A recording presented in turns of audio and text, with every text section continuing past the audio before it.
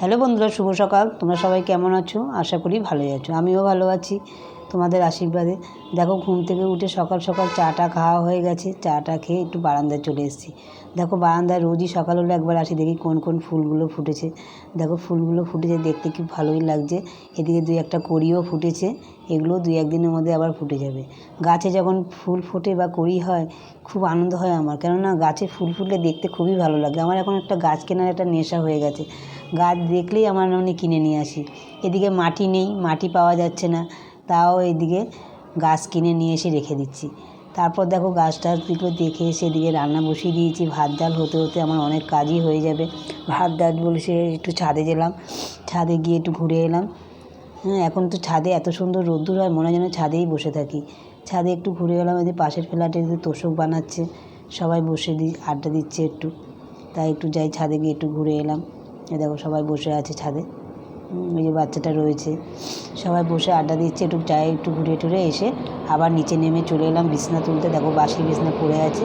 বিছনা টিছনা তুলে আবারও একটু ছাদে গেলাম। দেখো, ছাদে মাটি রেডি করা হয়েছে, 3-4 ব্যাগ মাটি আনা হয়েছে। মাটিগুলো দিয়ে গাছগুলো দিয়ে পোতা হচ্ছে, কেননা গাছগুলো তো মাটি না দিলে গাছগুলো তো নষ্ট হয়ে যাবে। এদিকে দেখো, কত কাঁচা ভিজিয়ে রেখেছি। কাঁচাগুলো কেচে নেব। দেখো, কেচে ধুয়ে একদম ছাদে মিলে দিয়েছি। মিলে টিলে দিয়ে আবারও আমি নিচে চলে যাব। নিচেও এখন অনেক কাজ পড়ে আছে, যেহেতু আজকে কাজের মেয়েটা আসবে না, অনেক কাজ আছে। ওই জন্য ভাবলাম আগে কেচে দিয়ে আসি, যেহেতু রোদের সেরকম একটা তেজ নেই, হাওয়ায় হাওয়ায় শুকিয়ে যাবে। এদিকে দেখো, নিচে নেমে সব মিলে ঠেলে দিয়ে চলে এলাম। হাওয়ায় হাওয়ায় শুকাবে, যতক্ষণ হয় শুকাতে থাকুক, কোনো ব্যাপার নেই। রাত্রিবেলা আনলেও হবে, হাওয়াতে হাওয়াতে যথেষ্ট শুকিয়ে যাবে। এদিকে দেখো, কাজের মেয়েটা যেহেতু আজকে আসবে না, বাসন মাজা, ঘর মোজা সবটাই আমাকে করতে হবে। কেননা বাসি ঘর দুয়ার না মুছে আমি থাকতে পারবো না, এই হচ্ছে ব্যাপার। অনেকে আছে ঝাড় দিয়ে রেখে দেয় ঘরটা, কিন্তু আমার দ্বারা সেটা হয় না। আমি ঘর দুয়ার না মুছে আমি খেতেও পারবো না, এমন একটা ব্যাপার। ওই জন্য ভাবলাম আগে বাসনটা মেজে ওদের খেতে দিয়ে দেবো। খেতে দিয়ে তারপর আমি ঘরটা মুছে স্নানে যাব। স্নান টান করে তারপর বাকি কাজ আবার। এই জন্য বাসনটা মেজে ধুয়ে নিচ্ছি।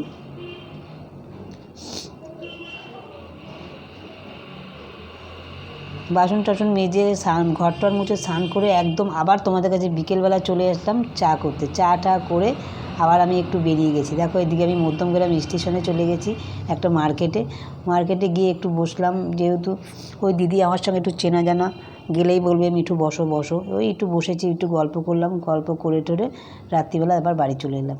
এই 8:30 নাগাদ বাড়ি ঢুকে পড়লাম। বাড়ি ঢুকে এসে তারপর আবার রাতের ভাত বসালাম। ভাত টাত বসিয়ে দিয়ে এদিকে গোপাল সেবা দিলাম, গোপাল শয়ন করতে হবে। সব কিছু করে ঠরে এবার দেখো, চিকুটাও বসে আছে। চিকুটা একা একা এতক্ষণ ছিল, খুব চিল্লাচ্ছিল, কেউ ছিল না ঘরে, খুব চিল্লাচ্ছিল। আমি আসাতে একটু চুপ হয়েছে। আজকের ভিডিওটা তাহলে এই অবধি রইলো, আবার দেখা হবে পরের ভিডিও। টাটা।